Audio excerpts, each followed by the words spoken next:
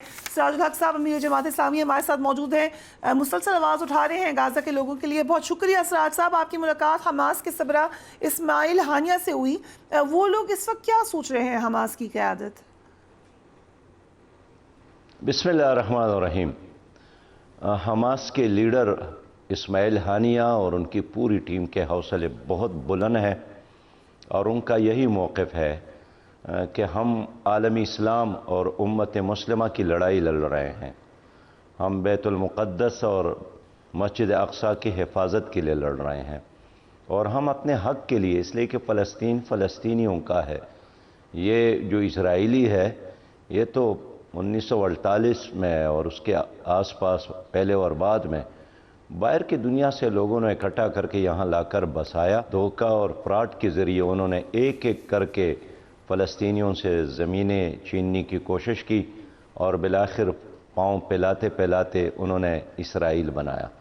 لہذا ان کا یہی موقف ہے کہ اسرائیل تو یہی چاہتا ہے کہ ہم غزہ کو چھوڑے اور صحرائے سینا کا راستہ لے، لیکن کسی قیمت پر ہم نے اپنے گھر کو، اپنی بستی کو، اپنے غزہ کو چھوڑنے کے لیے تیار نہیں ہے۔ یہ اللہ کی طرف سے، اللہ کے رسول کی طرف سے ہم پر یہ فرض عائد ہے کہ اول کے بچانے کے لیے ہم آخری حد تک آخری قربانی بھی دے دیں۔ اسماعیل ہانیہ کا ایک موقف یہی تھا کہ عالمی اسلام کے لوگ جس طرح ہمارے ساتھ ہے اور امت جس طرح ہمارے ساتھ کڑی نظر آ رہی ہے، ان کے دعائیں ہمارے ساتھ ہیں، مائیں، بچے، نوجوان، بزرگ ہمارے لیے تڑپ رہے ہیں۔ ان کا مطالبہ ہم سے یہی تھا کہ عالمی اسلام اپنے قبلہ اول کو بچانے کے لیے ساتھ دے، اور جس طرح امریکہ نے، جرمنی نے، فرانس نے مل کر اسرائیل کو تبکی دی، اسلحہ دیا، $8 بلین سے زیادہ پیسے دیے، تو ان کا یہی کہنا تھا کہ آخر عالمی اسلام کو کیا ہو گیا ہے۔ خاص کر پاکستان کے عوام کا وہ شکر گزار تھے جنہوں نے اسلام آباد میں، کراچی میں اور شہر شہر، قریہ قریہ ان کے حق میں آواز بلند کی، لیکن یہ چاہتے تھے کہ عوام کی طرح حکومت بھی آگے بڑھ کر ہمارا ساتھ دے۔ سراج صاحب، کیا حماس کی قیادت کو اس جو ابھی لیٹسٹ حملہ ہوا ہے اس سے پہلے اندازہ تھا کہ کیا اس کا نتیجہ نکلے گا؟ اتنی بڑی تعداد میں سویل کیجولٹیز ہو جائیں گی اور مسلم ممالک کی طرف سے شاید زیادہ مدد نہیں مل سکے گی۔ بالکل ان کے علم میں تھا، اور انہوں نے پہلے دن سے یہی سوچا تھا کہ ہمارا مقابلہ ایک بہت بڑی طاقت کے ساتھ ہے، جو صرف اکیلا بھی نہیں ہے بلکہ امریکہ اور فرانس اور جرمنی ان کے پش پر ہے، لیکن وہ یقین یہ بھی رکھتے تھے کہ مسلمان و کمران ان کا ساتھ دیں گے۔ اب دیکھیے، انہوں نے ہمیں خود بتایا کہ غزہ کی جو پٹی ہے، اس کے اسرائیل کی طرف انہوں نے جو حملہ کیا ہے طوفان الاقصیٰ کی شکل میں، تو انہوں نے کسی سویلین کو ہٹ نہیں کیا، سول آبادی کو نشانہ نہیں بنایا، بلکہ وہاں 11 جگہوں پر جو ان کی فوجی قرارگاہیں اور چونیاں اور مراکز تھے، تو انہوں نے ان علاقوں پر حملہ کیا، اور ظاہر ہے وہ مظلوم ہے۔ خود اقوام متحدہ کے سیکرٹری جنرل نے بڑے مجمع میں کہا ہے کہ اب فلسطینیوں کے ساتھ اور چائس کیا ہے۔ 56 سالوں سے وہ یہ مصیبتیں برداشت کر رہے ہیں، کوئی سیاسی حل کی طرف اسرائیل آتا نہیں ہے، اور ان کے زمینوں پر قبضہ، ان کے کاروبار پر قبضہ، اور وہاں بے روزگاری، اور وہاں دن بدن نئے نئے مشکلات۔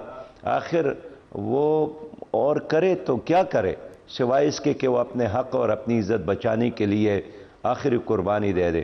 تو میں سمجھتا ہوں کہ اس وقت ساری انسانیت ان کے ساتھ کڑی ہے کہ ہم حقوق کا احترام کرتے ہیں، لیکن گزشتہ 33 دنوں سے غزہ کے ایک چھوٹی سی آبادی پر جو 45 کلومیٹر سے زیادہ نہیں ہے، 25 لاکھ کی آبادی ہے، اس پر لوہے کی بارش ہو رہی ہے اور بارود کی آگ لگی ہے، بچے ہیں مر رہے ہیں۔ ایک بہت بڑا ہسپتال تھا شفا، وہ بھی آدھا جل گیا ہے، وہاں لاشیں ہی لاشیں، زخمی ہیں، ساری دنیا تماشا کر رہی ہیں۔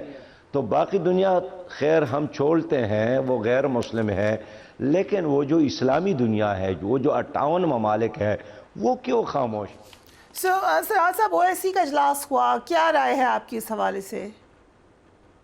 اسی کا اجلاس بھی ہوا، تو صرف نشستن گفتن اور پھر برخاستن ایک مذمتی بیانات اور مطالبہ کیا کہ اسرائیل جنگ بند کر لے، تو کس سے آپ نے مطالبہ کیا؟ تو کیا ٹینک کا مقابلہ بیانات سے ہو سکتا ہے؟ کیا جہازوں کا مقابلہ مذمتوں سے ہو سکتا ہے؟ کیا توپوں کا مقابلہ کاغذ کے ٹکڑوں سے ہو سکتا ہے؟ اس لیے OIC سے پوری مسلم امہ کی یہی مطالبہ ہے کہ وہ ایک بین الاقوامی فلسطین فنڈ بھی قائم کرے، وہ اسرائیل اور اس کے سرپرست کمپنیوں کا بائیکاٹ بھی کرے، اور وہ غزہ کے عملی طور پر اس طرح اقدام کرے کہ غزہ بچ جائے، اس کی سیکورٹی کا انتظام کرے۔ اس طرح اگر 2.25 ارب مسلمان ہیں، ایک ایک بالٹی اٹھا کر پانی سے بڑا بالٹی اٹھا کر اسرائیل کی طرف بہائیں تو اس میں بہ سکتے ہیں۔ لہذا اگر 25 لاکھ کی آبادی اتنی بڑی طاقت کا مقابلہ کر سکتی ہے تو 2.25 ارب مسلمان کو کیا ہو گیا ہے؟ کوئی بھی صلاح الدین ایوبی نہیں ہے، کوئی بھی حضرت عمر ابن خطاب کے راستے پر چلنے والا نہیں ہے، کوئی بھی وقت کا ابن قاسم نہیں ہے جو اپنے بہن کے پکار پر لبیک کہے۔ ہم یہی چاہتے ہیں کہ مسلمان حکمران غزہ کو بچانے کے لیے عملی اقدامات کرے۔ مذمت تو مسجد کے مولوی بھی کرتا ہے اور دعا بھی دیتا ہے، حکمران کا کام ایکشن لینا ہے، اقدام کرنا ہے۔